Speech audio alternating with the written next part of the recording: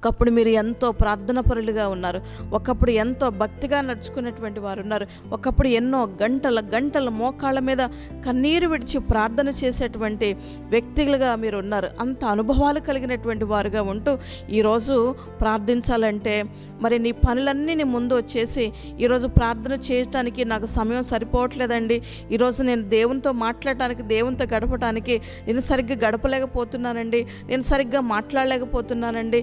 ఈరోజు చాలామంది ఇలాంటి సాక్ష్యాలు మనం వింటూ ఉంటాం ప్రియులారా.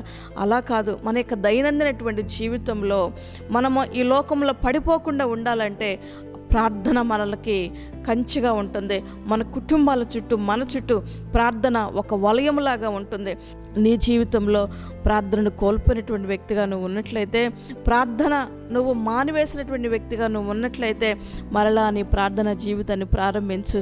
మరలా దేవునితో ముఖాముఖిగా మాట్లాడేటువంటి అనుభవంలోనికి నువ్వు వచ్చినట్లయితే దేవుని యొక్క సన్నిధిని నువ్వు అనుభవించగలుగుతావు, దేవుని యొక్క ప్రసన్నతను అనుభవించగలుగుతావు, దేవుని యొక్క పరిశుద్ధాత్మను పొందుకోగలుగుతావు.